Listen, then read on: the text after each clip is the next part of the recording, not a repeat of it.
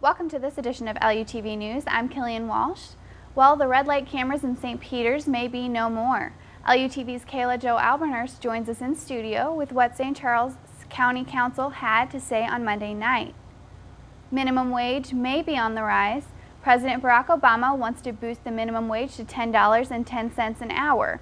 Minimum wage has been set at $7.25 an hour since 2009. Republicans are against the bill. Democrats say the boost is a matter of fairness, while Republicans say lawmakers should focus on bills that would create jobs. The U.S. Senate is expected to vote the bill on Wednesday. Missouri lawmakers passed a plan making it harder to collect unemployment benefits.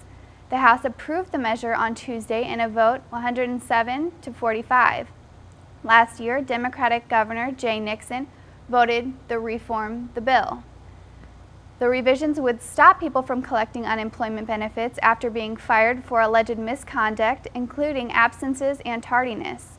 Democrats oppose the move. They say it would shift the burden from the employees to the workers.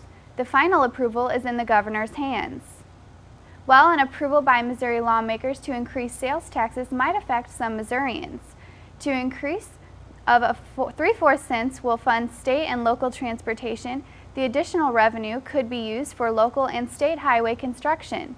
Opponents of the tax increase say it would have an extreme effect to low-income Missourians. On Tuesday, the Senate sent a similar bill to the House for approval by a vote of 22 to 10. If the House agrees, it would go on the statewide ballot for November.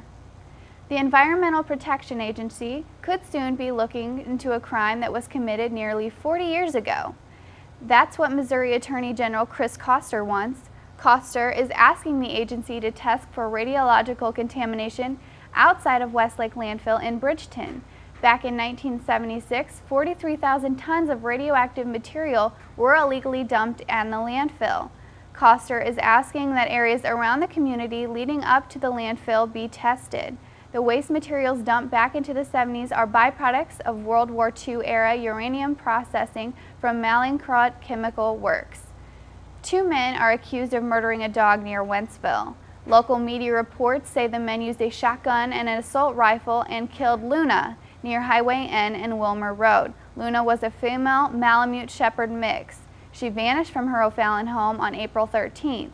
Suspects say they saw Luna and felt threatened, thinking she was a wolf. They have not been formally charged. The City of St. Louis has a $2 million plan in the works for upgrades to several intersections. After years of planning, the Clayton-Skinker, Oakland, and McCausland intersections will be redesigned. Plans include additions of bike lanes, pedestrian signals, and sidewalks. The construction is set for next spring and should take about 3 months to complete. On Wednesday at 6 p.m., an open house will be held at St. Mark's Lutheran Church at the 6300 block of Clayton Road. Hours after the jury acquitted his client, a well-known defense attorney faces drunk driving charges.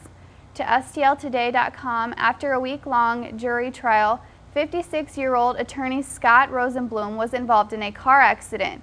He was in a head-on collision with a pickup truck at midnight Tuesday morning in Brentwood. Police say he had been drinking. Rosenblum has been booked for driving while intoxicated and careless driving. The victim of the crash was hospitalized for minor injuries.